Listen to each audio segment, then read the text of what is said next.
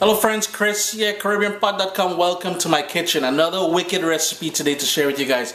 There have been a number of requests for curry fish. Hey, something my mom is like the boss at making. I'm trying to copy her recipe just for you guys to, enjoy it. So here we go. I've got that nice sort of curry sauce just building up there. The fish is almost ready to go. And I've got some kingfish all fried up. It's going to be added in. There's all kind of good things going to happen in the pot.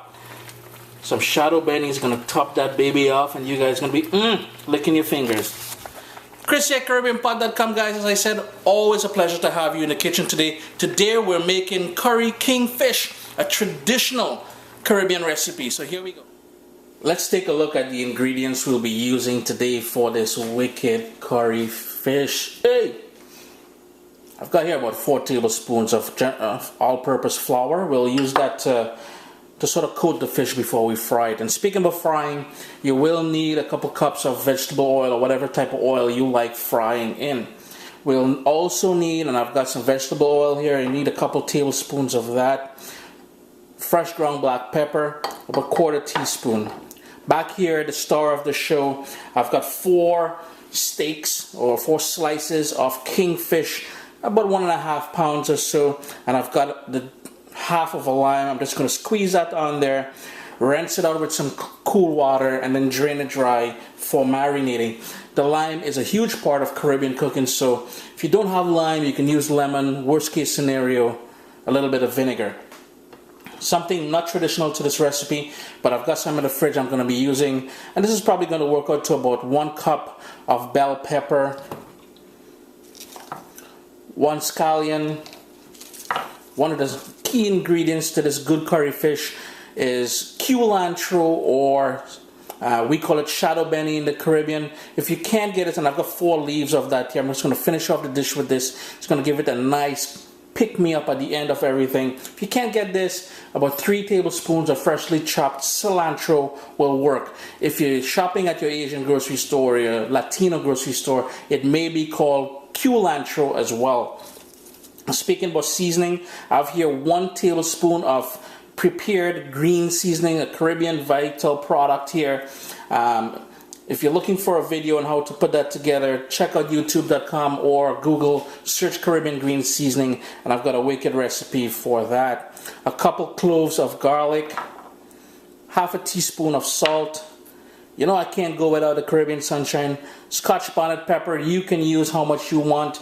I'm going to use about 3/4 of that. I want this with a little bit of a kick. A nice curry always have a nice little kick. 1 onion. I've got 2 tomatoes back there, but if you got 1 big tomato, that's cool. Go ahead and use that. Anchar masala. I've got here half a teaspoon of anchar masala. If you can't get anchar masala, use maybe about 1/4 teaspoon of cumin, or as we know it in the Caribbean as ground jeera. Curry powder. I've got 2 tablespoons of my favorite Caribbean style madras. That's a bit confusing, isn't it? But anyways, out of the Caribbean, a madras curry blend, 2 tablespoons of that. Very nice. The scent is just so rich with all that nice curry flavors. We'll also need 1 cup of water, and as I said before, you'll need oil for frying the fish. Let's get to seasoning this fish because we got to let it marinate for a little bit before we proceed. I've gone ahead and I've chopped up the tomato, a nice rough chop, the bell pepper, the Scotch bonnet pepper, as well as the scallion or green onions. And you'll notice with the Scotch bonnet pepper, I'm leaving the seeds and everything in there. If you guys are concerned about the heat, don't include the seeds. I want that kick, I want that true island vibe, so I'm leaving those seeds in there. So let's get to marinating the fish now. First thing we need to do is to add that salt in there, the anchar masala, and I'm going to add 1/3 of that curry powder in here as well, just so it marinates a bit in that lovely curry goodness. In goes the green seasoning. I'm going to hit it with that black pepper. Fresh ground black pepper is always so nice to use. And then all those ingredients that we chopped up, it's going in there as well. And the whole idea here now is to give this a good stir. But remember, when you're stirring this, to be very gentle because the fish can fall apart. And we don't want to break up the fish, right? I went ahead and I stirred everything up nicely here. I used my hands because I'm gonna say I didn't want the fish to fall apart. It's smelling wicked in here right now. I just love that whole seasoning up a meat or a fish or something. The smell is just intoxicating for me. Guys, I'm just gonna put some cling wrap over this, put it in the fridge and let it marinate for at least half an hour. Perfect case scenario, an hour or two. But hey, half an hour and you're still good to go. Quickly show you my little setup here. I've got a couple paper towels, tongs on a plate here. That's for soaking up the extra oil after we fry this fish. Over here, I've got a couple cups of vegetable oil in my fry pan. And over here, I've got that seasoned fish which has been marinating for a while. I've got the flour, just all-purpose flour on my plate here. So all we're gonna do is grab these, shake off any extra marinade, dust it in here and put it into the hot oil. So basically all I'm doing, I've already done a couple slices here, is I'm going to take the fish, dust out all that marinade off it, any sort of big chunky pieces, and we're just going to roll the fish in that flour, take up some, sprinkle it over and give it a little pat around the edges as well. It's nice and coated with that, and my oil is nice and warm now, so I'm just going to go ahead and put that in there. Well, not nice and warm, but nice and hot. And I've got one more slice to go and it's going to go in there. I'm going to cook it on each side. Turn up my heat a little bit. I have my heat like a medium high. I'm going to turn up my heat and let that cook for about 2 or 3 minutes, maybe 2 minutes on each side till it's nice and golden, maybe about 3 minutes maybe on each side. Turn it over and then we're going to take it out. It's been cooking for about 4 minutes, almost 5 minutes now. After a couple minutes I flipped it over. And the one thing I forgot to mention to you guys, and probably I said it in error, I said it's going to go golden brown. It won't take on a lot of color. So all I'm going to do now is take them out of that oil and place them on the lined plate I have here with that paper towel. And as you can see, it's just starting to go a little bit golden. You don't want to overcook this. I'm just going to set that aside now and let that drain. Next up, I've got a nice deep saucepan here on a high heat. And I'm going to add 2 tablespoons of vegetable oil to the pot. Quickly move that around because I really want the bottom of this pot or this pan here to get coated. And immediately I'm going to use half of the onion and the garlic all chopped up nice and fine to start building a layer of flavor here. It's going to give that a quick stir, and I want this to sort of cook on a medium heat for about 2 minutes to really soften up that garlic and onion and start building that flavor as I mentioned.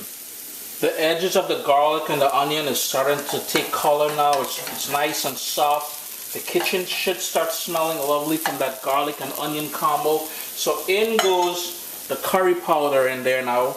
I'm going to turn my heat down to low because I want this to slowly cook for about a minute or 2 without actually burning. So I'm just going to build, and again, we're building flavor here. We're cooking the curry so we don't get that raw curry taste, and we're sort of toasting it more than anything else. If you like your curry stronger, you can certainly add a bit more curry powder. I like it like this. I find it a lot tasty and everything else. Nothing is too overpowered by it all. Just going to cook this very low heat for about 2 minutes. It's been about 2-3 minutes. You're going to notice that the curry is going to start clinging to the onion and the garlic. It's going to start going grainy, and you're going to have that lovely aroma of, toasted curry throughout the house. So next up, remember all that marinade, all that tomato and onion. Well, I put the next half of onion in here as well. All that seasoning and everything that we've done in there. I'm just going to put all of that in there now. And give that a quick stir.